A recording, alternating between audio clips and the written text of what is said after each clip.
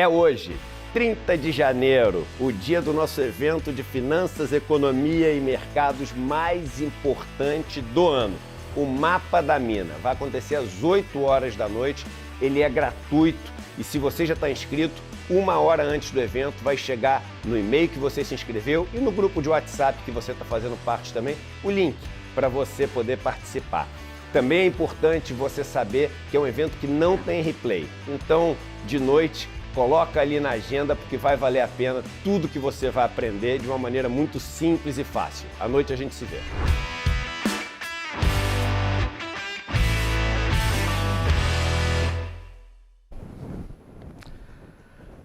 Muito bem, pessoal, quinta-feira, 30 de janeiro, estamos começando o Desperta SL de hoje. Muito bem-vindos, muito bem-vindas, muito obrigado para quem já está por aí. São 7 horas e 2 minutos, estamos ao vivo horário de Brasília. Vocês sabem, este programa está ao vivo todos os dias às 7 horas da manhã, horário de Brasília, de segunda a sexta-feira, porque sábado e domingo, claro, a gente dá uma pausa, dá uma descansada, trazendo as principais notícias do Brasil e do mundo. Muito obrigado para quem já está aí pelo nosso chat. Se você está chegando em qualquer rede social que você esteja acompanhando este programa, estamos ao vivo em várias redes sociais, mas sobretudo lá nos nossos canais do YouTube. Por favor, você pode deixar o seu like, ativar o sininho, inscrever-se nos canais do YouTube. Estamos ao vivo no canal do Leandro Demore e do Eduardo Moreira e principalmente no canal do ICL Notícias. Coloca lá no YouTube, ICL Notícias, você vai encontrar nosso canal. Por gentileza, assine o nosso canal, ative o sininho e principalmente compartilhe este programa agora logo pela manhã. Muito obrigado também para quem nos acompanha fora do Brasil, está em fuso horário diferente, temos uma audiência aí grande e crescente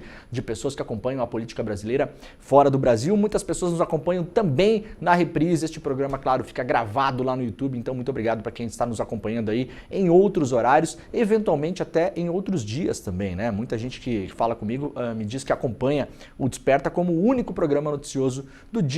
Para ficar ligado aí, é 1 horinha, entende mais ou menos o que está acontecendo no Brasil e no mundo, as principais notícias do dia. A gente também ajuda um pouco a explicar o que acontece por aqui, dando um pouco do contexto das coisas, analisando também como a imprensa muitas vezes divulga essas notícias e fazendo aquele contexto básico pelas manhãs para que todo mundo já comece o dia, pelo menos não alienado, né? Para você entender de fato para onde está caminhando aí a nossa vida. Obrigado também para quem nos acompanha pela televisão. Estamos ao vivo na TV Quirimurê, lá na Bahia, na TVT em São Paulo e também na Pop TV em Porto Alegre, TV aberta. Você pode aí ligar a sua televisão, pegar o seu controle e procurar aí os canais que transmitem também o Desperta SL todas as manhãs, os nossos parceiros na televisão. Para quem quiser nos ouvir pelo rádio em São Paulo, estamos ao vivo em 3 emissoras de rádio, na Rádio Cantareira, na Rádio Heliópolis e também na Rádio Brasil Atual. Se você estiver aí pelo trânsito, muito bom dia, muito obrigado pela companhia de todo mundo. Você pode mandar a sua mensagem também lá no YouTube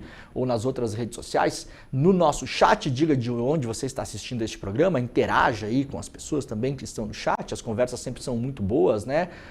Aquela coisa, né? Civilidade, tomem cuidado com as coisas que vão falar, não sejam grosseiros e mal educados, né? Fora isso, tá tudo liberado. Às vezes o embate também acontece ali, tá tudo certo, as pessoas têm o direito a ter as suas opiniões, mas vamos com calma, né? Vamos respeitar as pessoas, ainda mais pela manhã, para não transformar a vida da pessoa em um pequeno inferno logo pela manhã, né? Tá bom? Avise aí as pessoas que você conhece, mande o nosso link nos seus grupos de conversa, nas suas redes sociais e diga que estamos ao vivo todos os dias aqui. Aliás, a programação do ICL vai das 7 horas da manhã até para depois do meio-dia. Vocês sabem, nós voltamos depois às 6 horas da tarde e muito em breve, já daqui a algumas semanas, a gente vai estrear aí uma programação nova. Vamos reformular algumas coisas nos programas. A gente vai ter programas novos também na nossa grade, rumando aí para ter, quem sabe, até o ano que vem, uma grade que rode 24 horas por dia nos nossos canais. Imagina o ICL rodando 24 horas por dia. Para quem não sabe, estamos nos meus últimos dias aqui no Desperta, né? Estou com o coração apertado, Jimmy. Estou, de fato, assim. Tenho um apego, né, ao programa, porque a gente vai fazer uma mudança radical aí na nossa grade. Eu vou deixar de apresentar o Desperta às 7 horas da manhã, mas estarei no ICL Notícias todos os dias às 8 horas da manhã. Então não nos veremos mais aqui tão cedo, mas logo depois do Desperta começa o ICL Notícias primeira edição, que vai das 8 até as 10h30 da manhã, e aí eu vou estar lá no N1, né, todos os dias, logo no comecinho, às 8 horas já estarei por lá, de segunda a sexta-feira. Então muito desse papo que a gente tem aqui, a gente vai desenvolver mais também no estúdio com os nossos colegas. O Desperta vai ficar a cargo do nosso querido amigo jornalista Panúzio, né? Panúzio vai começar a apresentar o Desperta, a gente está reorganizando as coisas, remontando cenários, vamos organizar esse cenário aqui também, vamos montar um outro cenário para o Desperta. Então a gente vai fazer uma mudança grande para esse ano, preparando para 2 grandes eventos que teremos, jornalísticos importantes. Um evento, talvez esse ano, não sabemos ainda, talvez pelo menos o começo deste grande evento, que será a cobertura do julgamento no Supremo Tribunal Federal da tentativa de golpe de Estado, né? Teremos esse julgamento que será transmitido, inclusive, pela TV Justiça. Então a gente vai ter imagens, vai fazer uma cobertura intensa em relação a isso. Esperamos aí muitos réus para a gente entender exatamente qual é a responsabilidade de cada uma dessas pessoas na tentativa do golpe de Estado, que culminou lá com o já famoso 8 de janeiro, mas é claro que aquilo não foi um evento único, temos vários eventos precedentes aí. Um inquérito da Polícia Federal já entregue, né? Pelo menos uma primeira versão desse inquérito, as investigações continuam, a documentação está na mão da Procuradoria-Geral da República, a gente está esperando aí para ver o que exatamente o Dr. Paulo Gonet, que é o procurador, fará com essas informações levantadas pela Polícia Federal. Na prática, quem é que vai ser denunciado e quem não vai ser denunciado. E quem for denunciado, por quais crimes serão denunciados. A partir desse momento, isso vai para as mãos do Supremo e aí a Justiça vai definir se aceita essas denúncias e quem de fato vira réu nesse processo. Esse julgamento será, claro, coberto de modo intenso aqui pelo ICL, então fiquem de olho porque a gente está preparando uma cobertura muito, muito intensa em relação a isso e, claro, no ano que vem teremos eleições. A eleição já começou. Atenção, a eleição de 26 já começou. Agora, no sábado, nós teremos a eleição para a presidência da Câmara dos Deputados e do Senado. Hoje a gente vai falar um pouco sobre a eleição da Câmara. Já está praticamente eleito, né, Hugo Motta, um deputado que, digamos assim, se você rodar uma pesquisa de opinião pública para saber se as pessoas conhecem, talvez dê 95% de pessoas que nunca ouviram falar nesse deputado. Então a gente vai trazer hoje aqui, que agora já está sendo publicado pela imprensa, o que já sabemos de bastidores, exatamente para que lado vai caminhar. Né? Para onde vai? Para onde está olhando o Hugo Motta e principalmente quem são as mãos que estão por trás do Hugo Motta. Muita gente com quem eu falo tem me dito, olha, preparem-se porque vai ser pior que o Lira. Né? Preparem-se porque vai ser pior que o Lira. Conseguimos imaginar algo parecido que possa ser pior que o Lira? Eventualmente podemos conseguir. Né? As informações que a gente já tinha de bastidores agora começam a ser publicadas pela imprensa e temos aí a sombra de Eduardo Cunha por trás de Hugo Motta. Né? Então a gente vai falar sobre isso daqui a pouco. Hugo Motta que está sendo apoiado aí pelo bolsonarismo e pelo petismo, os dois, né? Tá todo mundo apoiando o Hugo Motta.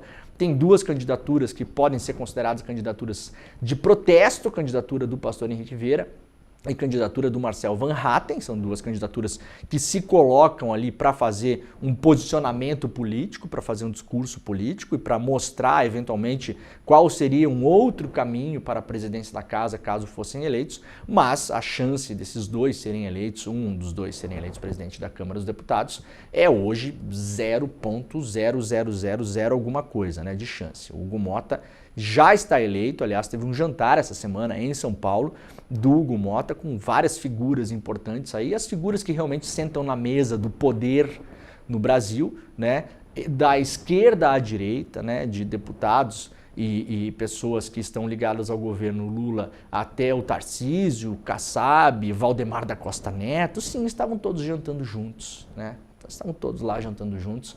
Então a gente vai explorar isso daqui a pouquinho aqui no programa, tá bom? Antes de mais nada, vamos lembrar as pessoas, a gente vai falar daqui a pouquinho sobre o DeepSeek também, a inteligência artificial produzida pela China, e mostrando também como tem uma diferença de cobertura quando as coisas vêm de um lugar ou vêm do outro, né? Agora já começam a criar uma espécie de paranoia, né? Olha, mas os seus dados vão ser coletados pela China e não sei o quê, como se as empresas ditas de tecnologia dos Estados Unidos não fizessem o mesmo, aliás, o fazem, muitas vezes de modo oculto e ilegal. Já temos informações há muitos anos sobre isso. O último grande vazamento que tivemos foi de uma pessoa que trabalhava dentro do Facebook, saiu de lá com uma série de documentos mostrando como a coisa é feita, mostrando como é a fábrica de salsichas. Não é nada bonito nem saudável, né?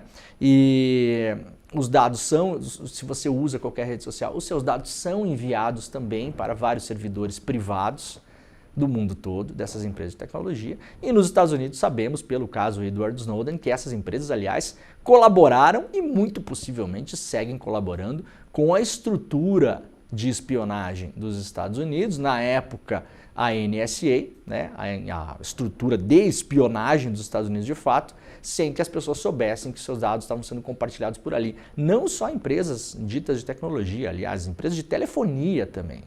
O Edward Snowden provou na época que os Estados Unidos estavam literalmente ouvindo conversa de cidadãos americanos de modo ilegal, né? E não só de cidadãos lá nos Estados Unidos, mas do mundo todo, porque eventualmente se a pessoa estava falando com alguém de fora dos Estados Unidos, também estava sendo grampeada de modo ilegal. Mas veja, isso é muito pouco tensionado na imprensa. Aparece a IA chinesa, e os seus dados são mandados e tal. Sim, são, gente, são.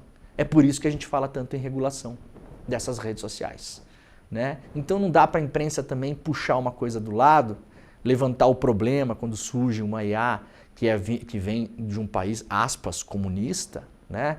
E não levantar esses problemas quando surgem das empresas que são criadas no Vale do Silício e também não se engajar na luta por a gente ter um mínimo de regulação em relação a essas empresas.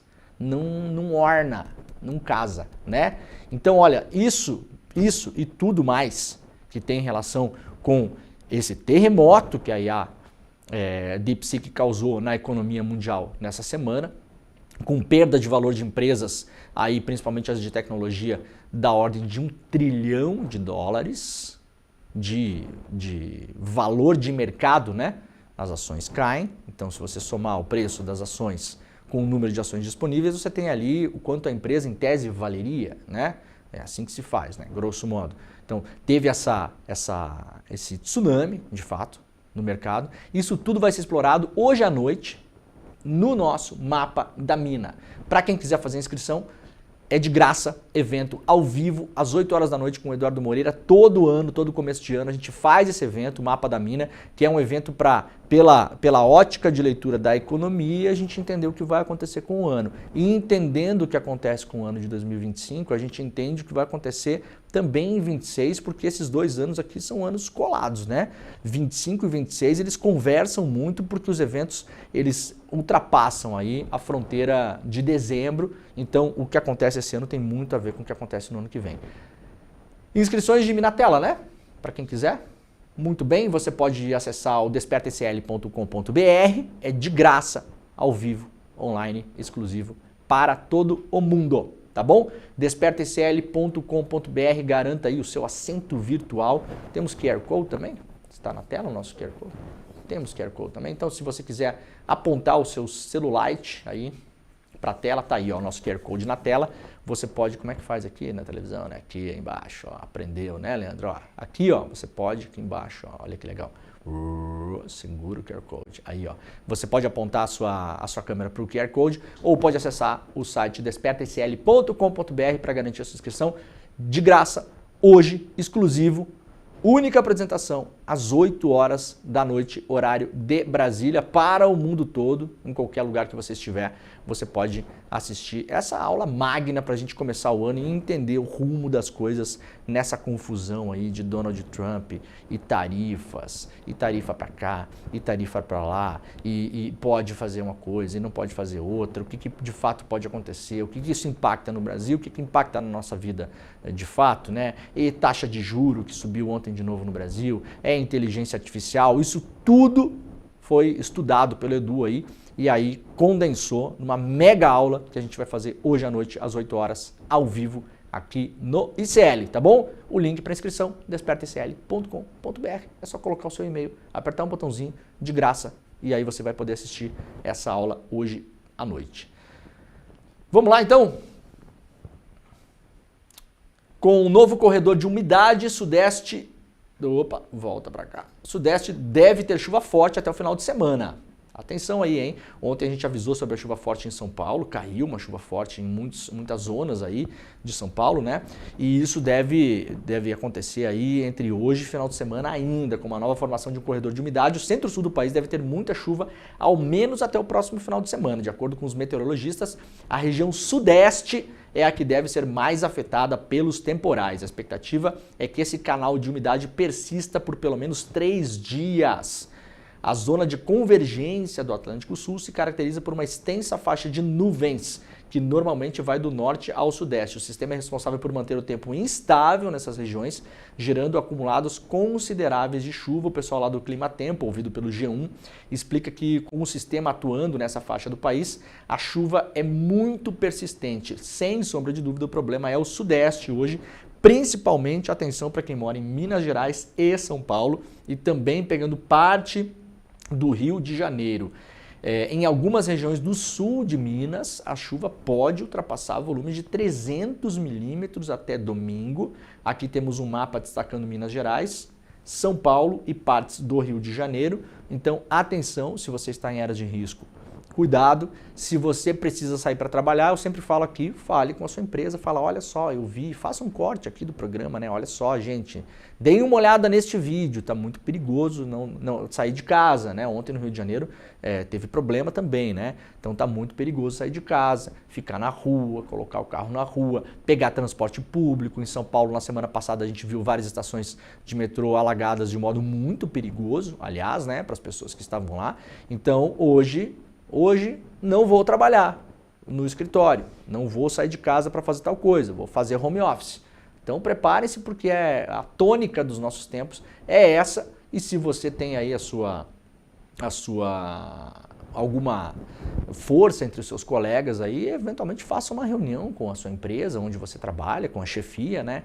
E explique, olha só, chefia, a gente tem que organizar agora, a partir de agora, porque vai ter momentos do ano que a gente não vai vir para o escritório. E esses momentos são momentos em que uma chuva muito forte pode ameaçar, inclusive, a nossa vida na rua, né? Então a gente tem que organizar isso, tem que criar um protocolo, eventualmente ficar de olho na previsão, pega alguns institutos de meteorologia que são mais confiáveis e com base nisso a gente vai criar um sistema, eventualmente, de fazer home office. Talvez pessoas que moram mais próximas do trabalho podem ir presencialmente, se o local de trabalho não for um local de risco também, de alagamento já conhecido, mas outras pessoas que têm um trajeto mais longo, que podem passar por áreas de risco, devem ficar em casa, tá? Sugiro que vocês façam essa conversa, né, com as empresas para ver se a coisa funciona desse modo. Vamos lá para o iclnoticias.com.br, uma notícia bonitinha para começar o dia aqui, o primeiro registro artístico de um beijo. É uma pintura rupestre encontrada no Piauí. Olha que bonitinho, olha ali, ó. Uma publicação na rede social do Instituto Chico Mendes celebrou a possibilidade do primeiro registro artístico de um beijo ter acontecido no Parque Nacional da Serra da Capivara, no Piauí. A pintura rupestre encontrada é representada por duas pessoas encostando a cabeça uma na outra. E por isso os pesquisadores acreditam ser uma das primeiras representações artísticas de um beijo já encontradas na história da humanidade. Um dos maiores sítios arqueológicos do mundo, para quem não sabe, fica aqui no Brasil, aliás, nos últimos anos muito mal cuidado e muito deixado em quinto plano, sob risco, aliás, né, por falta de investimento do Estado, né, porque a iniciativa privada não vai investir porque não dá lucro, vocês já sabem como funciona, né? Então precisa do dinheiro do Estado para cuidar dessas coisas.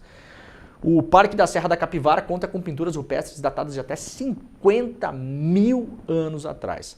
Há registros que vão além da caça e de rituais como atos sexuais, beijos e abraços. Segundo a nota publicada pelo ICMBio, as pinturas rupestres são feitas com pigmentos naturais, como óxidos de ferro e carvão, e elas têm surpreendente durabilidade graças ao clima seco e às características das rochas areníticas do local.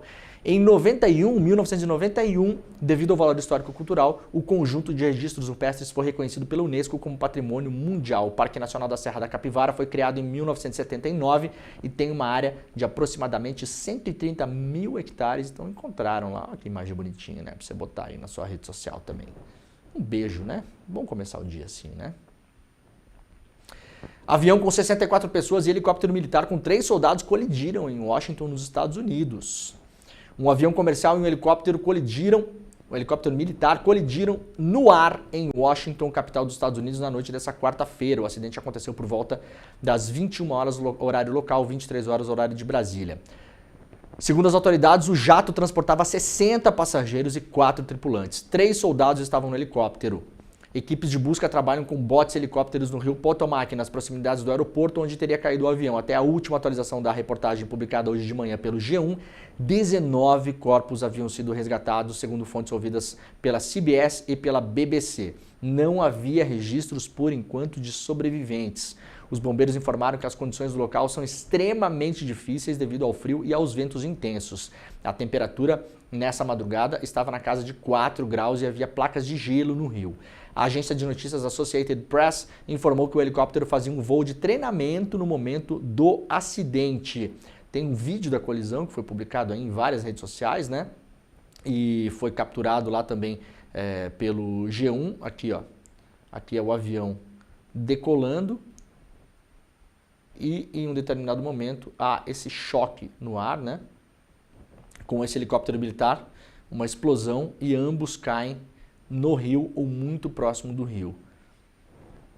As equipes ainda estão trabalhando por lá para tentar entender e ver se encontram sobreviventes. Por enquanto, não há sinais de sobreviventes, infelizmente. Vamos lá para as notícias dos Estados Unidos, seguindo aqui com o senhor Donald Trump, que quer ampliar a prisão de Guantánamo para receber 30 mil imigrantes. O presidente dos Estados Unidos, o Trump, anunciou nesta quarta-feira novo decreto que vai ordenar a preparação de uma instalação na prisão de Guantánamo, que fica em Cuba, é um pedaço de Cuba que os Estados Unidos roubaram, né? Vamos deixar bem claro aqui, eles foram para um outro país, roubaram um pedaço de território, instalaram uma prisão, e essa prisão foi criada justamente para fugir das leis, muitas vezes, dos Estados Unidos, e para fazer basicamente o que se quer, inclusive com relatos já documentadíssimos de torturas absurdas que acontecem em Guantánamo, inclusive aquela simulação de afogamento, né, que dizem que é uma das piores torturas que um ser humano pode, que a humanidade já criou, né? Simulação de afogamento era feita em Abu Ghraib, que era outra prisão também, e é feita em Guantánamo. Essa prisão ficou conhecida ao longo de muitas décadas por ser a prisão onde os Estados Unidos levavam para lá aqueles que os Estados Unidos consideravam terroristas, né? E aí agora a ideia do Trump é levar imigrantes, né? Eventualmente a pessoa que está fritando hambúrguer lá nos Estados Unidos, colhendo lá morango, servindo café numa cafeteria, trabalhando no caixa do supermercado, trabalhando num posto de gasolina, trabalhando em obras dos Estados Unidos, na construção civil, mulheres, adolescentes, eventualmente não sei se não vai levar crianças também. Ou o que vai fazer? Vai levar os pais e deixar a criança sozinha nos Estados Unidos? Qual será o destino dessas pessoas? Então a ideia do Trump agora é levar as pessoas para Guantánamo, como se terroristas fossem, né? Eu falei ontem, aliás, no ICL Notícias segunda edição, às 6 horas da tarde, que a ideia que está correndo por aí, inclusive em parte da imprensa, que diz que os criminosos estão sendo deportados. Olha, tem um filtro nos Estados Unidos para você deportar criminosos, sabia? Já existe, já foi criado. Chama-se sistema de justiça, né? Com todos os seus problemas, com todas as críticas. Mas se você quer pegar um filtro para deportar criminosos, bastava a administração dos Estados Unidos, do Trump, pegar pessoas que estão presas, com o trânsito em julgado, já condenadas por crime, que sejam imigrantes, que estavam indocumentados na época, e deportar apenas esses. Não está fazendo isso por quê? Porque aí a coisa muda de figura, né? A legislação internacional é mais dura, você tem que ter acordos com cada um dos países, isso vai passar pela avaliação dos tribunais de cada um dos países, para entender se o mesmo crime que foi cometido nos Estados Unidos é previsto na legislação local de cada país, como será esse transporte, se a pessoa vai cumprir pena no Brasil, por exemplo, ou na Colômbia, ou em qualquer outro lugar, ou na Itália, ou na França, ou não. Então aí complica, né? É mais fácil você ir numa cafeteria, pegar uma pessoa, jogar ela num camburão, jogar ela no avião e mandar para Guantánamo. Então vejam, esse assunto é importante? Sim, é importante. Agora, atenção, é bom a gente ficar de olho. Enquanto a gente está ocupado falando nisso, que é importante, é um assunto de direitos humanos, é um assunto relevante, tem a ver com a vida das pessoas, sim, a gente não pode deixar de falar nisso. Só que o Trump está usando esse terror para que a gente deixe de falar de outras coisas enquanto passa o trator, principalmente na parte econômica, né? Então a gente tem que cuidar para não se ocupar muito só dessa coisa. Senão a gente vai passar anos falando só nisso, enquanto isso ele vai passando o trator em outras coisas. A gente vai tentar fazer um balanço aqui. Agora, essa notícia de fato é realmente chocante, né?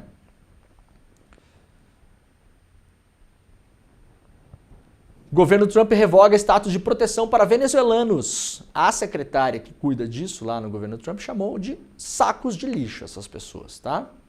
Kristi Noem, secretária de Segurança Interna, durante uma operação contra imigrantes em Nova York, disse que está limpando a cidade dos sacos de lixo. Chamou as pessoas literalmente de sacos de lixo. O governo revogou nessa quarta-feira uma extensão do status de proteção temporária para venezuelanos, que foi determinada pelo Joe Biden pouco antes de deixar o cargo. A medida permitia que mais de 600 mil pessoas que vivem e trabalham nos Estados Unidos tenham esse status de proteção. O povo desse país quer esses sacos de lixo fora, disse a secretária. Eles querem que suas comunidades estejam seguras. De novo, fazendo o discurso de que estão deportando apenas criminosos, o que é falso, mentiroso, não corresponde aos fatos. É uma criação, uma invenção, uma mentira que está sendo colocada diante da opinião pública. Eu vou repetir, se quisessem deportar apenas criminosos, bastaria ir para o sistema de justiça dos Estados Unidos, pegar a lista das pessoas que estão presas com trânsito e julgado por terem cometido crime em solo dos Estados Unidos, segundo a lei deles, né? Pegar essas pessoas que não têm mais direito à apelação, que já estão condenadas e que estavam indocumentadas na época, e deportar apenas essas pessoas. Simples. Simples. É isso que está sendo feito? Não é isso que está sendo feito. Então é falso que estão deportando criminosos. Haverá criminosos entre os deportados? Eventualmente, obviamente que sim. Porque, de fato, estão passando o rodo, né? Está pegando todo mundo. As pessoas não estão indo trabalhar. As crianças não estão indo para a escola de medo de serem deportadas. Essa secretária, aliás, autorizou que a imigração, o controle de imigração, entre em escolas. Eu posso imaginar que deva ter crianças de 12 anos, muitos criminosos nas escolas. Muitos. Cheio de criminosos em escola. Né? Igreja. Pode entrar em igreja. Fosse algumas igrejas no Brasil, até eu diria que tem bastante criminoso em algumas delas, né? Alguns aí pastores, né? Ditos pastores. Auto-intitulados bispos. Ah, não é o caso.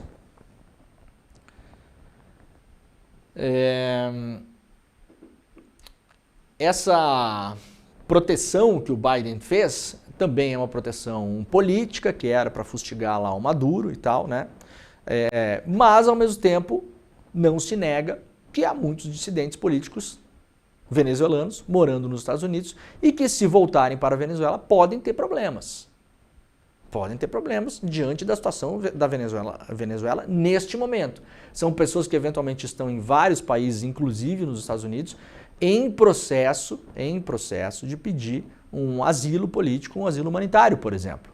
Então estão com a burocracia andando, só que nesse momento estão num limbo porque são indocumentados ainda, né? O Biden tinha colocado uma espécie de proteção especial para essas pessoas. De novo, é política, tá, gente? Porque poderia colocar essa proteção especial em relação a cidadãos de vários países do mundo, mas eventualmente vários deles são super aliados dos Estados Unidos. Então eu não imagino que haja proteção para dissidentes, por exemplo, do regime da Arábia Saudita, né? Ou dos Emirados Árabes, onde a coisa não é nem um pouco bonita também. Porque esses aí são brother. Então não, faz de conta que não aconteceu nada. Sempre lembrando que o Mohammed bin Al Salman, da Arábia Saudita, ordenou diretamente, o cara que manda lá na dinastia, diretamente que se esquartejasse um jornalista dentro de uma embaixada. Isso, aliás, está comprovadíssimo, foi comprovado, inclusive, falado pelo próprio Biden, e não aconteceu absolutamente nada com o cidadão. Foi perdoado, tá? Então tem os ditadores, que são os brother, e tem os outros. Tá? É político sim, mas não se nega que várias dessas pessoas podem ter problemas de fato na Venezuela se forem deportadas. Então, mais um caso, né? Essa proteção se estenderia até 2026. Vamos lá para o DeepSeek. DeepSeek, que é essa inteligência artificial divulgada pela China aí nos últimos dias, envia dados à China, retém informações por tempo indeterminado e rastreia até ritmo de digitação. Data de nascimento, nome, endereço, e-mail ou telefone, senha de login, modelo do dispositivo usado, sistema operacional, endereço de IP, histórico de conversas, textos, arquivos, imagens e até o ritmo de digitação no teclado. Essas são as informações que o aplicativo DeepSeek coleta quem usa o serviço de inteligência artificial disponível gratuitamente desde a semana passada e acessível no Brasil em português. Os dados, que incluem tudo aquilo que as pessoas conversam com a ferramenta, são armazenados em servidores na China, país de origem do sistema que abalou a indústria de IA nos últimos dias. A explicação sobre a maneira com a qual lida com os dados está na política de privacidade do DeepSeek, disponível apenas em inglês ou em chinês. Assim como outros modelos de inteligência artificial regenerativa, como o ChatGPT, a DeepSeek pode responder perguntas, realizar buscas, aquela coisa toda, né? A avaliação de especialistas consultados pelo Globo, essa matéria é uma matéria do jornal O Globo, é de que a empresa aplica práticas de privacidade que são comuns na indústria de IA, como usar dados para aperfeiçoar os modelos, mas também é mais abrangente na coleta de informações e, por outro lado, menos clara sobre garantias de privacidade. A IA chinesa também não cumpre as exigências da Lei Geral de Proteção de Dados brasileira, como oferecer ao usuário o direito de oposição ao uso das suas informações. A empresa informa que pode fornecer as informações coletadas para terceiros, incluindo parceiros comerciais como agências de publicidade e autoridades públicas. No segundo caso, o envio acontece caso a DeepSeek entenda que a transferência é necessária para cumprir a lei, proteger direitos e prevenir atividades ilegais. Todas as informações compartilhadas pelos usuários são enviadas aos servidores da DeepSeek na China. A empresa afirma que, ao transferi-las para o exterior, respeita requisitos de lei de proteção de dados aplicáveis, sem especificar quais são essas legislações que são respeitadas, né? O código de regras não está disponível em português, então se você quiser ler tem que ser em mandarim ou em inglês, né? Os pesquisadores ouvidos dizem que isso é um desrespeito claro às leis no Brasil, inclusive a LGPD, nós temos uma lei de proteção de dados aqui no país. Agora, isso tudo, em larga medida, também é feito pelas demais empresas. Isso tudo, em larga medida, aliás, também é feito por muitas empresas de tecnologia sem sequer que a gente saiba. A ex-funcionária do Facebook, que mostrou vários documentos internos, falou que a quantidade de dados recolhidos pelo Facebook é num nível assim colossal, que eles tinham até dificuldade de conseguir organizar o algoritmo hoje em dia.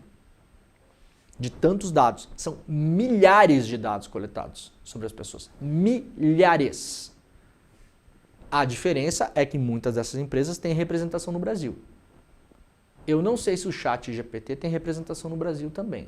Até acho que não, né? Da OpenAI. Então é isso. Nós temos um problema de regulação dessas empresas. Já sabido, já falado, já explicado.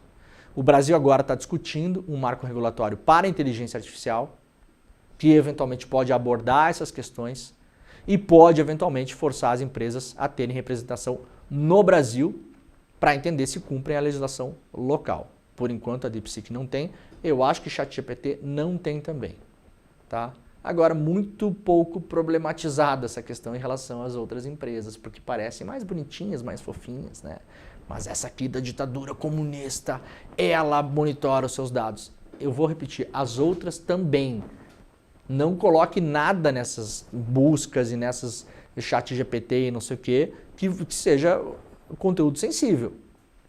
Não faça o upload ali do balanço da sua empresa, de dados privados seus, do seu imposto de renda, né?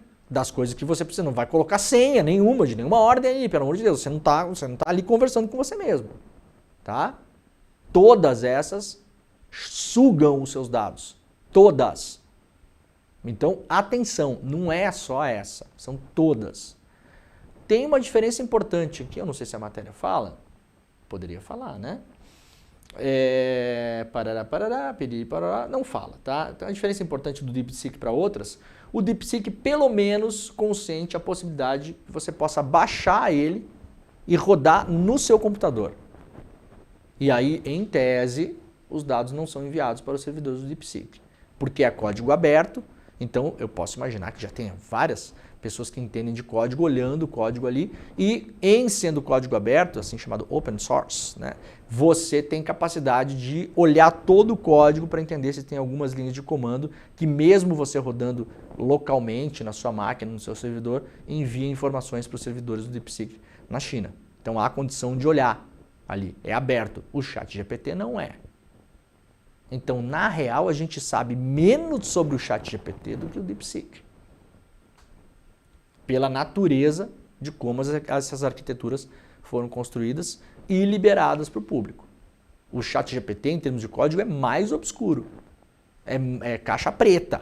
De fato, não se sabe. A gente só pode confiar.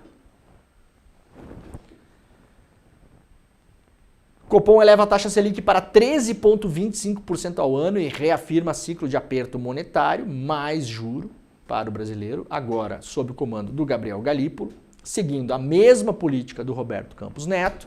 Aliás, hoje no Mapa da Mina, às 8 horas da noite, o Edu Moreira vai também abordar essa questão dos juros, que é uma questão importante. Então, eu vou deixar para que vocês assistam ao programa. Agora, todas as críticas que fizemos ao Roberto Campos Neto persistem aqui. Eu não entendo nada de economia, mas eu não posso imaginar que o Brasil seja o pior lugar do mundo em termos de risco fiscal e não sei o quê, porque esse aqui é o juro nominal mais alto do mundo.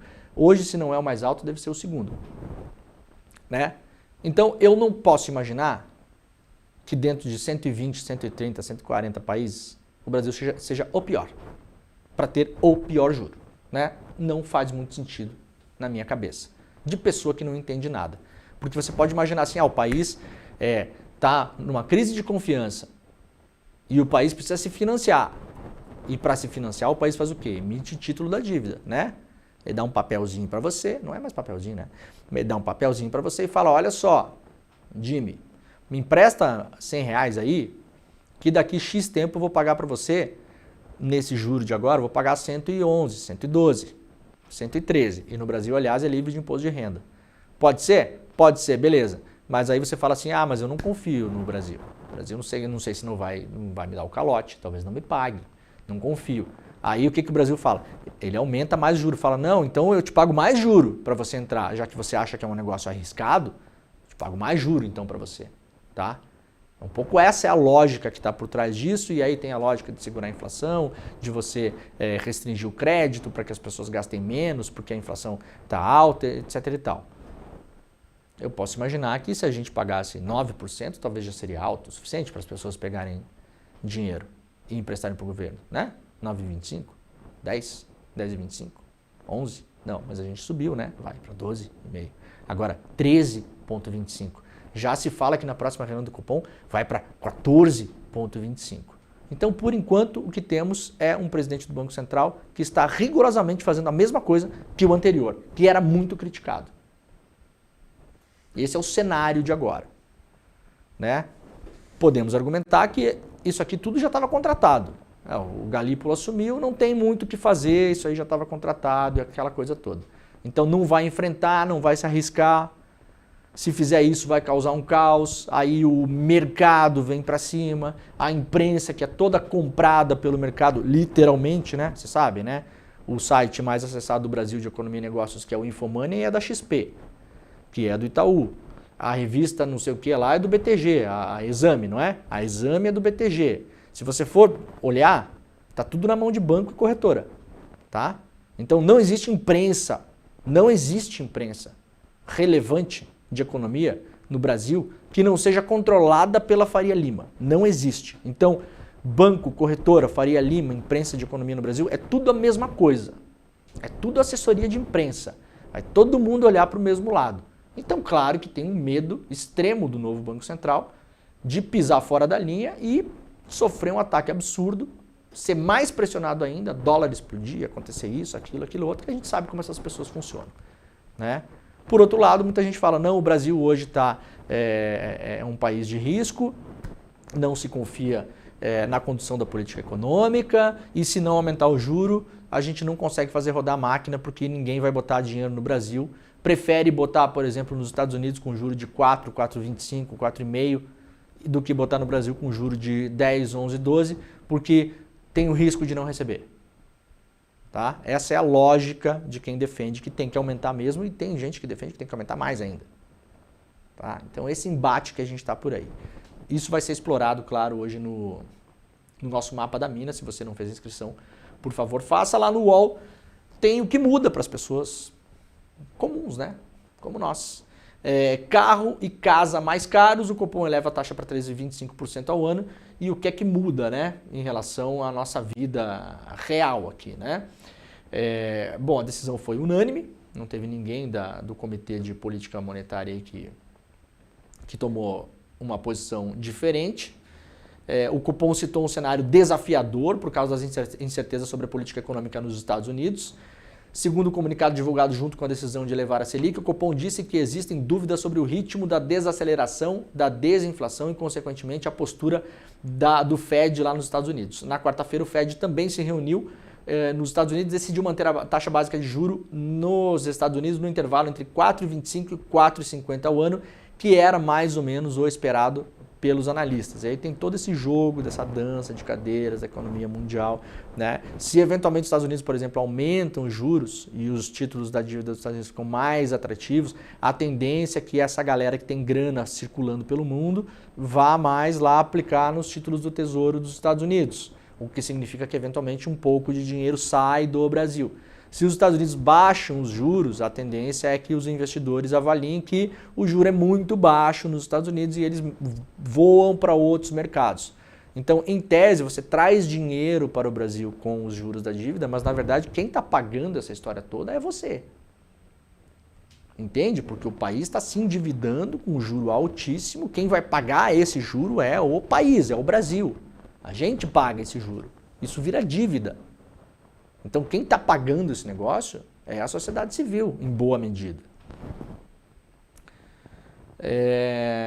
A Selic é definida pelo Copom, diz aqui o UOL. Eu quero saber onde é que está os negócios Bom, a matéria não explica direito, né, na verdade, mas muda algumas coisas para você pegar a grana e principalmente para quem está querendo financiar casa, né? E carro, né? Carro muitas vezes você vai financiar, tem o juro zero ou o juro mais baixo, não sei o quê. Com o aumento da Selic, essas coisas começam a complicar cada vez mais. A montadora pode absorver e fazer juros zero, mas já fica mais complicado. E casa também, porque financiamento de casa é baseado em Selic. Se você for lá no banco, pegar dinheiro, lá na Caixa Econômica e tal, para financiar a sua casa, a base do cálculo é a Selic. Se a Selic sobe, você vai pagar mais juro anual no seu financiamento. Vai ficar mais difícil você pagar. Sua prestação vai ficar mais cara, a sua casa vai ser mais cara no final do período, né? Aquele financiamento gostoso de 35 anos, né? A pessoa não sabe nem se vai chegar até o final do financiamento. Dependendo da idade da pessoa, fecha o olhinho e vai, né? Então, tá aí. Queda dos mercados causada pela DeepSeek pode ser só o começo. O Eduardo Moreira fez um vídeo ontem explicando isso, vai falar sobre isso no Mapa da Mina de hoje, vai e faça a sua inscrição, não esqueça, eu vou insistir porque é hoje, hein, às 8 horas. Aqui, ó. QR Code na tela, vai lá para o despertacl.com.br, hoje às 8 ao vivo, de grátis, para todo o mundo. A gente vai ter o Mapa da Mina que vai falar sobre isso também. E o Nassim Taleb, que é uma lenda aí dos mercados, né? Depois virou uma espécie de... escreveu vários livros, uma espécie de filósofo, sociólogo do mercado também. Um dos mais operadores de derivativos do mundo, falou que a queda das ações nessa segunda-feira, que passou da Nvidia e de outras empresas, da Oracle também, com as suas ações despencando, representa, segundo ele, apenas o começo do que está por vir. O tombo aconteceu por conta da DeepSeek. Segundo o autor do livro A Lógica do Cisne Negro, né, em entrevista concedida à Bloomberg News, as quedas podem ser 2 ou até 3 vezes maiores do que o recuo de 17,5% dos papéis da Nvidia na segunda-feira. O movimento resultou em perdas bilionárias no mercado dos Estados Unidos, principalmente lá na Nasdaq, né? O Edu fez um vídeo sobre isso, esse vídeo, aliás, está lá nas redes sociais do ICL e na rede social do Edu, mostrando que o Nassim Taleb, que é um cara que presta atenção nessas coisas, também está preocupado. Ele falou, olha, eu não sei se esse negócio para por aí, né? Nessas guerras todas que a gente vê aí, que são travadas de várias maneiras, isso é parte também desses confrontos que são disputados nessa arena econômica, né? Então está com mau pressentimento aí o Nassim Taleb para os próximos tempos. Bancos poderão usar o e-social para oferecer consignado a empregados CLT.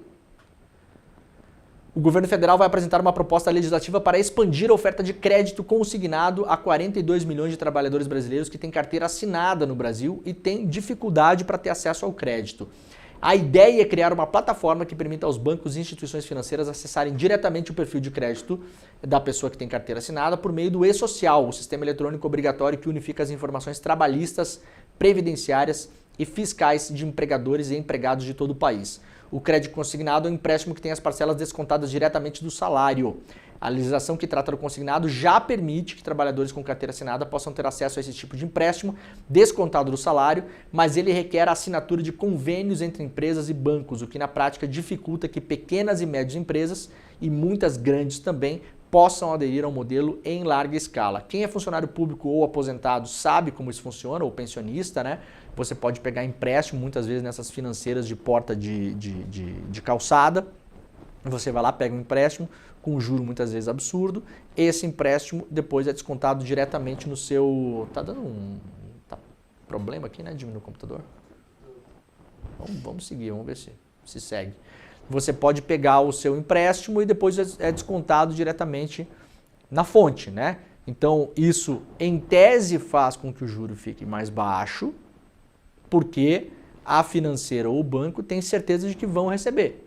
Não vai ter calote, porque você não precisa tomar a decisão de pagar a prestação do empréstimo. Isso é descontado diretamente da sua pensão, da sua aposentadoria ou do seu salário em caso de funcionários públicos. Nesse caso aqui, o governo quer estender para quem é carteira assinada na iniciativa privada, que são mais de 40 milhões de pessoas.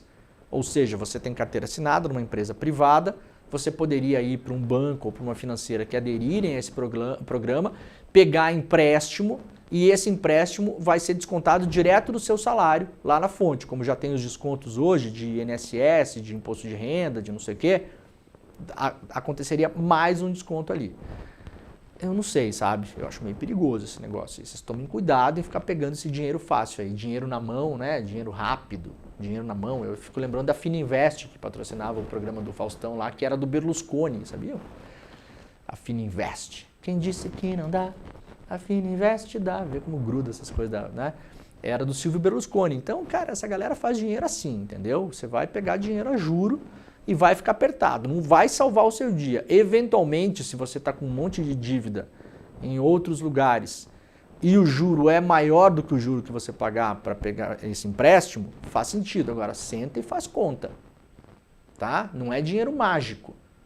E você vai ficar endividado se isso aqui passar com o seu salário lá na fonte. Não tem nem a possibilidade de 1 mês, 2, 3 não pagar a prestação e depois dar seus pulos aí e conseguir pagar depois. Nem vem para sua conta o dinheiro. TRE julga pedido de cassação do mandato de Cláudio Castro. Hoje, o julgamento ocorre em razão de um suposto gasto eleitoral irregular na campanha de 2022. Então, aí, ó, governador do Rio de Janeiro. Será que teremos mais um cassado, né, no bingo aí dos cassados do Rio de Janeiro? Lula avisa a petistas que Gleisi será ministra da Secretaria-Geral. O PSD de Gilberto Kassab resiste ao desenho da reforma ministerial sugerida pela cúpula da Câmara dos Deputados. A gente já informou ontem, né, que a Gleisi já estava em conversas com o Lula para ser ministra. Vai cuidar da Secretaria-Geral da Presidência da República, que faz articulação política junto aos movimentos sociais, né?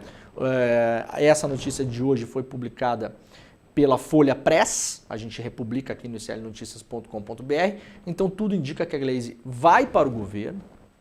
Vai ter uma eleição no PT esse ano, em junho, para a presidência do PT. Então a Gleisi deixaria a presidência do PT. Alguém temporariamente assumiria a presidência, já olhando para a eleição de junho. O Lula pretende fazer uma reforma ministerial, vai ter uma dança das cadeiras ali. Vários partidos que apoiam o governo podem perder ministérios, outros podem ganhar. O Kassab já deu uma esperneada ontem e jogou no ventilador para ver para onde que vai soprar o vento, e a depender de onde vai soprar ele vai atrás, muito hábil nisso, né? Fez uma crítica ontem, que muita gente entendeu como uma crítica ao Haddad, não foi assim que eu entendi não, né? Ele falou, o Kassab falou, Haddad é ministro fraco, né? Mas se você vai ver o que ele falou que o Haddad é um ministro fraco porque não tem apoio do PT e de parte do governo. Então é uma crítica muito mais ao governo do que o Haddad, né? Fraco porque não tem apoio, não fraco porque fraco em si. Então fez essa crítica ontem o Kassab, vai tentar se dar bem na dança das cadeiras aí, vai tentar conseguir mais poder na esplanada, porque já está de olho em 26, alimentando aí as suas bases, os seus candidatos. Fala-se que vai lançar o Ratinho Júnior, né, para ver como é que vai, ver se faz sentido. De repente faz uma pré-campanha e se a coisa não andar muito bem nas pesquisas, aí direciona ele para o Senado, né? Vai tentar fazer seu mexe, o Kassab. Pode ser um eventual vice, né? Pode ser vice do Tarcísio numa disputa aí para o governo de São Paulo, pode ser vice do Tarcísio numa disputa para a presidência de 26, pode, por que não, ser vice do Lula em uma determinada costura política, né? Pode estar em qualquer lugar aí o Kassab. O nosso computador está maluco hoje, né, Jimmy? Está piscando sem parar, né? Relação do governo Lula com o PSD de Kassab estremece em meio à reforma ministerial. Então aqui essa matéria da Folha traz um pouco dessas informações que eu acabei de falar agora aqui. Relator ameaça não votar orçamento de 25 se não tiver acordo para emendas. Agora, sábado, tem a eleição para a Câmara. Tem uma sensação, o ar está meio parado em Brasília, assim, sabe? Tem uma certa sensação de alívio pela saída do Lira, mas ao mesmo tempo, o Lira sendo quem é, e tendo feito muitas barbaridades que fez, muitos projetos que o governo precisava passar, passaram lá, né? Reforma tributária passou, né? Que era a principal pauta do Haddad, desde o começo do governo. Então, muita coisa passou, não teve trancamento absoluto de pautas. Agora parece que as coisas vão melhorar com o Hugo Motta. Eu não sei, eu tenho falado com muitas pessoas que acham que a coisa vai ser pior. Pior que o Lira, né? Pior que o Lira em termos de imagem, o Lira, aquela imagem assim, né, de poderoso chefão, vendendo boi a não sei quantos milhões, e kit robótica, não sei o quê. Não desse lado, não por esse lado. Agora esse ano é um ano para tentar entender como vai ser a eleição de 26. Para quem o Hugo Motta vai operar esse barco lá dentro? Para quem? Hoje a imprensa trouxe algumas informações importantes. Motta se alia à filha de Eduardo Cunha e sinaliza apoio a projeto que amplia o número de deputados na Câmara. A filha do Eduardo Cunha, deputada, eleita, e desde o ano passado, aliás, desde o ano retrasado agora, a gente fala aqui neste programa que o gabinete dela é usado por ela para que o Eduardo Cunha possa despachar. A gente já falou sobre isso algumas vezes aqui. O Guilherme Amado, nosso colega, também já trouxe essa informação. E o Motta é um aliado do Cunha de longa data. Não é de agora, não. Conversas entre os dois para aprovar coisa, isso e aquilo, mesmo depois que o Cunha já não estava mais na Câmara, apareceram inclusive em grampos da Lava Jato, na época. Depois que a Lava Jato usou o Cunha para fazer o serviço sujo, para derrubar a Dilma, a Lava Jato foi prender o Cunha, vocês lembram dessa história, né? E aí vazou um monte de coisa na época lá e mostrava o Hugo Motta operando para o Cunha dentro da Câmara. E agora, hoje, temos essa notícia lá no Globo. Às vésperas da eleição da presidência, o deputado Hugo Motta se engajou em uma articulação iniciada pela deputada Dani Cunha. Leia-se Eduardo Cunha. Tá, gente? É importante isso aqui, ó. Isso aqui é Eduardo Cunha, que não está na Câmara, mas está trabalhando. Que pode ampliar o número de parlamentares da casa. Em um jantar com a bancada do Rio na terça-feira, Motta sinalizou apoio a um projeto da deputada, filha do Cunha, o Cunha, ex-presidente da Câmara dos Deputados, só que hoje ele é dirigente do Republicanos no Rio, o Eduardo Motta. O Motta é do Republicanos, tá? O Cunha é dirigente do Republicanos hoje, no Rio de Janeiro. para estabelecer que o número atual de 513 deputados passe a ser o mínimo. A mobilização ocorre em meio à pressão do Supremo Tribunal Federal para que a Câmara refaça a divisão de cadeiras por estado de acordo com a variação populacional, o que pode levar estados como Rio de Janeiro e Paraíba a perderem deputados. Tem um cálculo feito aqui, o Rio de Janeiro saltaria de 46 deputados para 42. Então já está articulando aí o Mota com a filha do Cunha. Essa notícia sobre a Lava Jato foi publicada pela Folha hoje. Isso aqui já é antigo, já é sabido. A Folha trouxe de novo essas conversas, né? Mota assinava pedidos de Cunha na Câmara em ação combinada. Então não é uma coisa de agora. Não é uma coisa de agora. A ver o que acontece a partir de segunda-feira. Tem muita gente apostando que a coisa vai ficar feia. Tem um ar meio de alívio, né? Porque também o PT está apoiando o Mota, então imagina-se ali que vai ter uma conversa, aquela coisa toda. Vamos lembrar que o PT também apoiou o Lira, gente, para a Câmara. Tá? Dentro daquela ideia que o PT não tem voto suficiente para fazer nada, que precisa do centrão, que precisa compor. Tudo certo, essa é a explicação. Mas na vida real a gente viu o que aconteceu. Não foi muito fácil passar esses anos de Lira. A ver como serão esses anos de Cunha, quer dizer, Mota, né? A ver como vai ser. Sábado agora tem a eleição. Segunda-feira volta os trabalhos legislativos. Vamos ver os primeiros dias para ver que tipo de projeto e discussão que vai ser colocada na casa para a gente entender como é que a coisa vai funcionar daqui para frente até a eleição de 26. Tá bom? Muito bem, o programa está acabando. Não esqueça de fazer a sua inscrição lá para o Mapa da Mina. Vá para despertacl.com.br. Hoje o nosso evento anual para você entender de fato o que é que vai acontecer no Brasil e no mundo esse ano pela chave de leitura da economia, mas isso, claro, a economia transborda para a política também, para a gente estar bem ligado em como é que se darão as coisas daqui para frente, tá bom? Começa às 8 horas da noite, ao vivo, horário de Brasília. Não esqueça, o QR Code está na tela e você pode fazer a inscrição também pelo despertacl.com.br. Nós voltaremos amanhã às 7 horas da manhã, horário de Brasília. Muito obrigado, um beijo e tchau. É hoje, 30 de janeiro, o dia do nosso evento de finanças, economia e mercados mais importante do ano. O Mapa da Mina. Vai acontecer às 8 horas da noite, ele é gratuito e se você já está inscrito, 1 hora antes do evento vai chegar no e-mail que você se inscreveu e no grupo de WhatsApp que você está fazendo parte também, o link para você poder participar. Também é importante você saber que é um evento que não tem replay, então de noite coloca ali na agenda porque vai valer a pena tudo que você vai aprender de uma maneira muito simples e fácil. À noite a gente se vê.